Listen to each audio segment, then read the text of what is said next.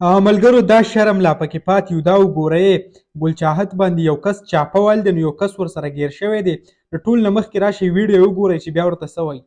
دا د چا څه ویلي؟ دا د چا څه ویلي؟ هېڅ هم نه شي کولی، دا ټول پښتانه، دا پښتنو وطن دی. دلته تا د چا سره نه دی ویلي؟ تا موبایل اغست، تا موبایل اغست او ته غلطه خبره کوې. ګوره ملګري، دا ویډیو چې دی وشیر، دا د پښتنو ډېره غټه بدنامي ده.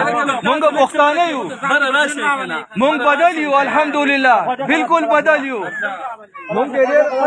دا د ګل چاهت اورجنل تصویر دی. ها دا په ټیک ټاک کې چې دی نو ځان شریف کوي او نن نو دغه ویډیو تاسو وکړه، تاسو ته په سکرین باندې ښکاري هم، یعنی ګل چاهت تاسو به ډېر زیات ټول ښه پېژنئ. کم پهله چې څنګه زندګي وه، د هغې نه پس چې د هغه څنګه زندګي شروع شوه به هم تاسو ته یاده وي.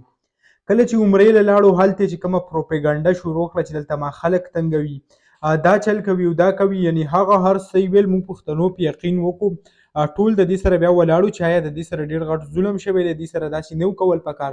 د هغې نه پس بیا داسې چل وشو چې پاکستان ته راغی، په تبلیغ کې لاړو، یعنی ډېر ښه په حیا، عزت، په احترام کې روان و.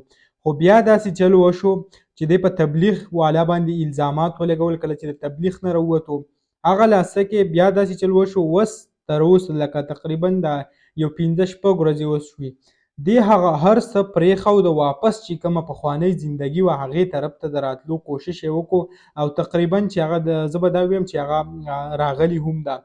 بل کم قسمه ویډیو چې اوس جوړوي، یعنی د پرون نه یو څو ویډیو چلیږي چې په هغې کې کم نازیب الفاظ چې دي هغه هم استعمالوي.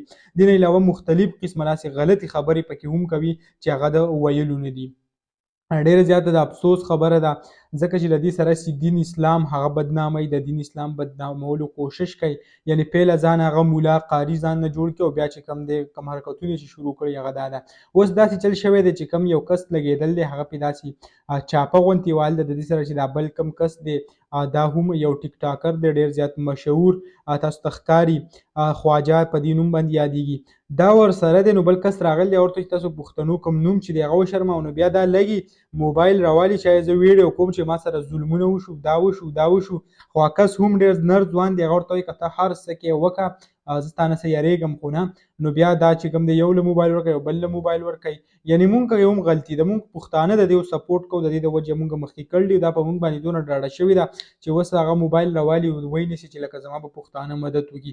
پښتانه هم نور هوښیار شوي دي، ستاسو په شان کم ډمان کنجران چې دي د هغو مونږ مدد او نور هیلپ چې کوم دی هغه به هم نه کوو. نو دغه کومې نوې ویډیو چې راغلو تاسو سره هم شریک کړه. امید لرم ویډیو هم خوښه شوي. که ویډیو هم خوښه شوي ویډیو لایک کړئ، او که زموږ په چینل نوی یې چینل سبسکرایب کړئ د داسې نورو ویډیوګانو دپاره.